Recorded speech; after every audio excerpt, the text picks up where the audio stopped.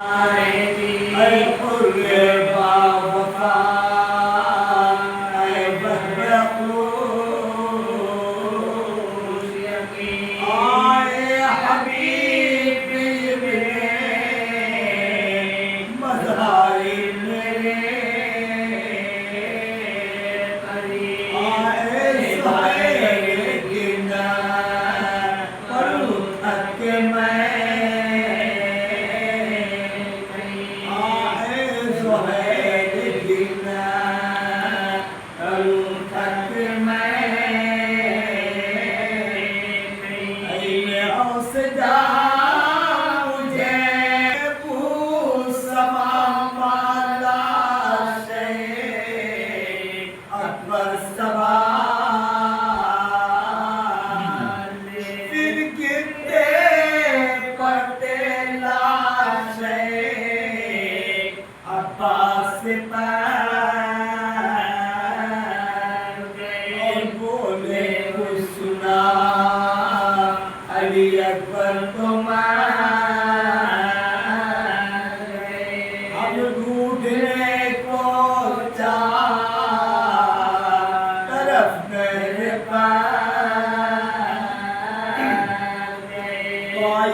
لاش پوچھ وہ دنیا سے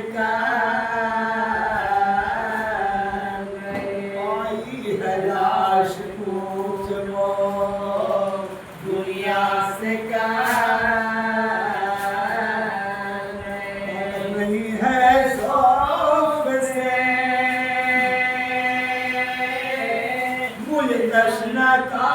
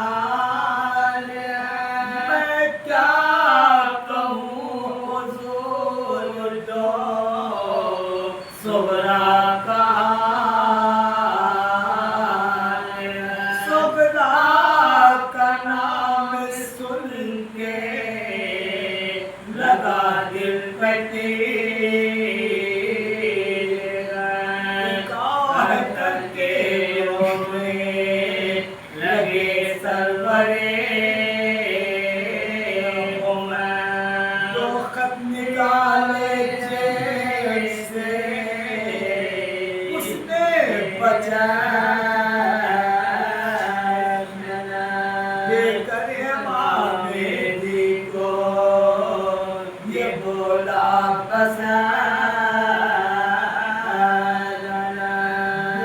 دے کر امام مہدی کو یہ بولا پسند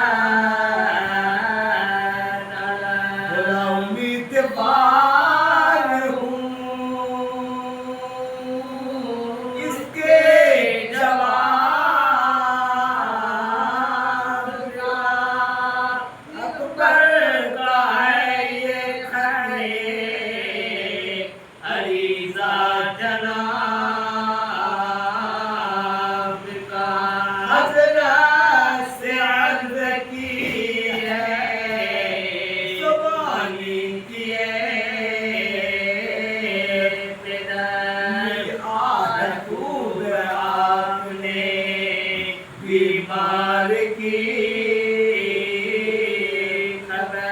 جس روز سے ستارے ہو یا شاہ شام و شہر ترقی ہوں میں سوکھتا شام و شہر ترقی ہوں میں سوکھتا تمہاں کو پہنوں کو چلاتی پھرتی اجڑے ہوئے مکان میں اجڑے ہوئے مکان میں گھبرائی پھرتی ہوں رن سے حسین لاتے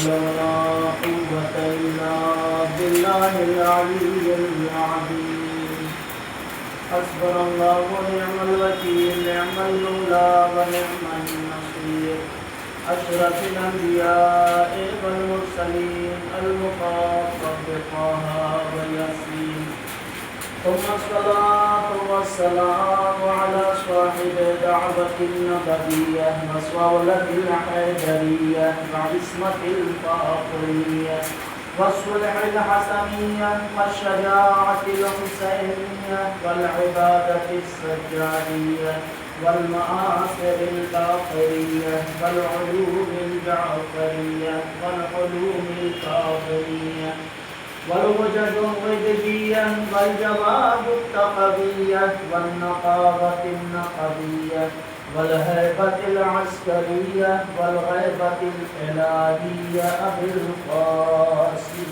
محمد اللهم صل على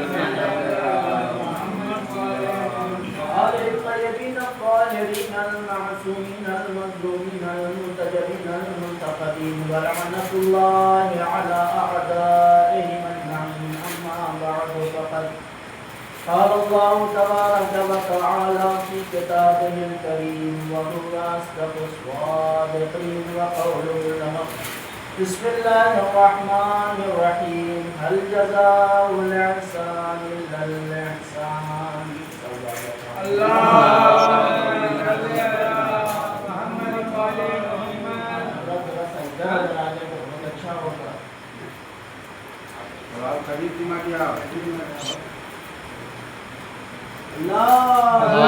صل على حضرت گرامی وقت عزادارہ نے امام مظلوم کربلا اس عشرہ مجالس کا عنوان ہے اسلام پر بنی ہاشم کا احسان۔ اسی کے تحت گفتگو الحمدللہ آج اپنے 5ویں دور میں داخل ہو چکی ہے۔ ارشاد ہوتا ہے احسان کا بدلہ احسان کے سوا کچھ اور نہیں ہو سکتا ہے۔ یقیناً بنی ہاشم وہ خاندان ہے جس نے اللہ کے دین کو بچانے میں اپنا سب کچھ لٹایا ہے۔ شاید یہی وجہ ہے کہ اللہ اس پرآشوب دور میں بھی اور اس سے بھی برے حالات میں بھی اس نے حسین مظلوم کے تذکرے کو ہمیشہ باقی رکھا ہے۔ صلوات پڑھے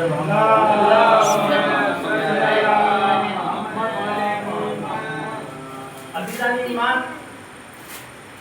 میں کل کی گفتگو سے آج کی گفتگو کو جو ہے مربوط کر دوں۔ کل کی گفتگو یہاں تک پہنچی تھی کہ جناب ہاشم علیہ السلام کے پاس تبرکات انبیاء تھے۔ اب یہ تبرکات انبیاء ان کے پاس کیسے آئے؟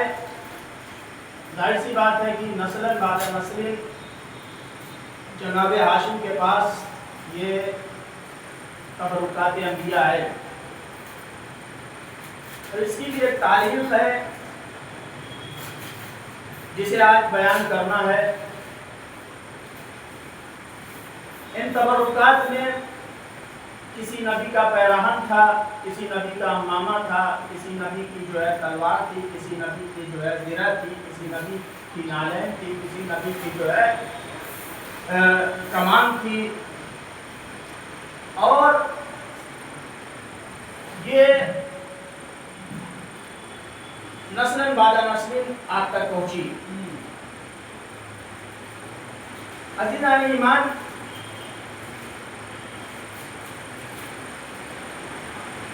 اہل سنت کی کتاب ہے جس کا نام ہے انوار الباری فی شرح صحیح بخاری۔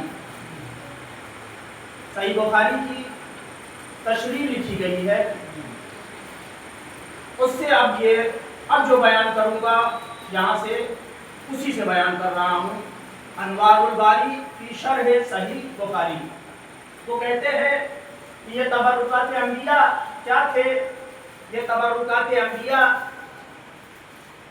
جو ہے ایک صندوق میں رکھے رہتے تھے، اور اس صندوق کا نام تابوت سکینہ رکھا گیا تھا۔ اس صندوق کا نام تابوت سکینہ رکھا گیا تھا، اور یہ بنی اسرائیل میں یہ تابوت سکینہ موجود تھا۔ بنی اسرائیل جب بھی یہودیوں سے جنگ کرنے کے لیے جاتے تھے تو اس تابوت کو آگے آگے رکھتے تھے، جس کی بدولت جو ہے وہ جنگ میں کامیاب ہوتے تھے، یعنی تبرکات انبیاء کی وجہ سے وہ کامیاب ہوتے تھے۔ جب ان بنی اسرائیل کے لوگوں کی نافرمانیاں اتنی زیادہ بڑھ گئی کہ اللہ نے عذاب کے طور پر، توجہ چاہتا ہوں، اللہ نے عذاب کے طور پر، سزا کے طور پر ان کے اوپر ایک ظالم و جابر بادشاہ کو مسلط کر دیا۔ توجہ چاہتا ہوں، ایک ظالم و جابر بادشاہ کو مسلط کر دیا جس کا نام تھا جالوت۔ اس کا تذکرہ جو ہے قرآن مجید میں بھی موجود ہے۔ جس کا نام تھا جالوت، اور اس نے بنی اسرائیل کو اس قدر مارا، اس قدر پسپا کیا، یہاں تک کہ ان سے یہ تابوت سکینہ بھی چھین لے گیا۔ توجہ چاہتا ہوں، تابوت سکینہ بھی چھین لے گیا، بالکل ویسے ہی چھین لے گیا جیسے آج اسرائیل نے بیت المقدس چھین لیا ہے۔ صلوات پڑھنے محمد وآلہ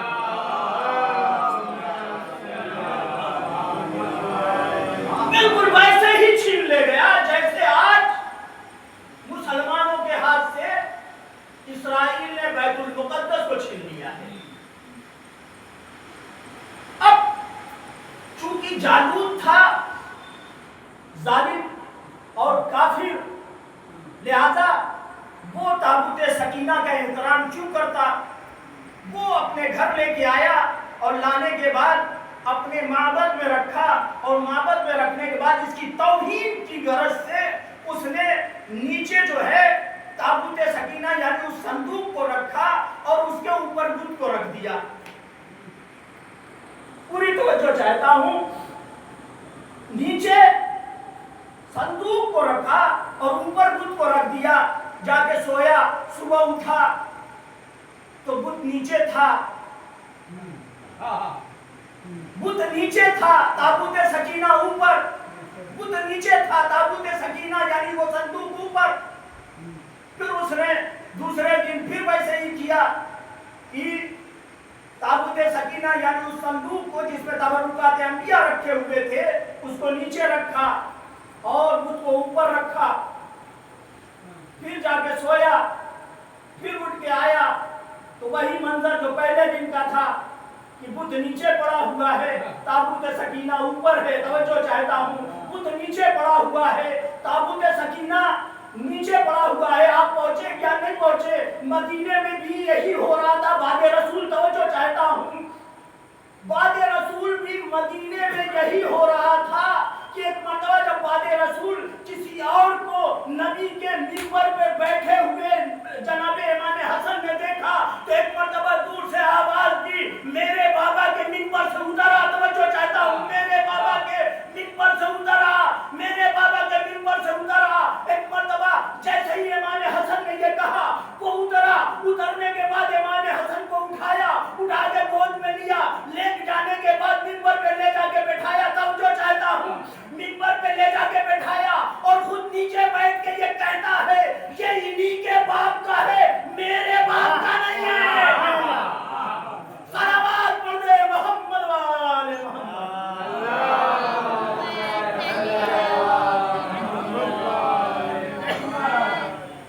یہ انہی کے باپ کا ہے، میرے باپ کا نہیں ہے۔ 2 دن تک کیا ہوتا رہا؟ وہاں اوپر بت رکھا جاتا تھا، لیکن صبح اٹھ کے دیکھتا تھا تو بت نیچے ہوتا تھا، تابوت سکینہ اوپر۔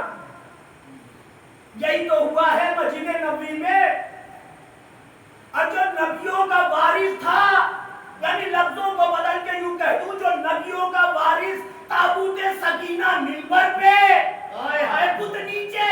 صلوات پڑھنے محمد وآلہ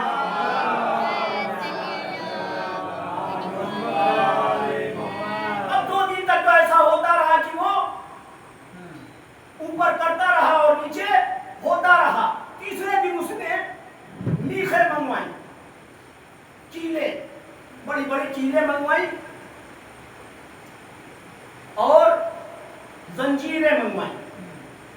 اس نے میخیں زمین میں گاڑی اور زنجیروں سے جکڑ کے اس صندوق کو باندھ دیا، اس صندوق کو باندھ دیا اور اس کے اوپر بت کو رکھ دیا، اس کے اوپر بت کو رکھ دیا اور چلا گیا۔ اب تھوڑی ایسا ہو پائے گا۔ 2 دن تک بت اوپر آتے رہے اور پھر نیچے جاتے رہے۔ اب جو تیسرے دن اس نے زنجیروں میں جکڑا تو ایک مرتبہ انتقام اس سے بہتر لیا گیا۔ توجہ چاہتا ہوں، انتقام اس سے بہتر لیا گیا۔ اب جو چوتھے دن وہ اٹھ کے آیا تو تابوت سکینہ جہاں تھا وہی ہے، تابوت سکینہ جہاں تھا وہی ہے، لیکن بت کی خیریت نہیں رہی۔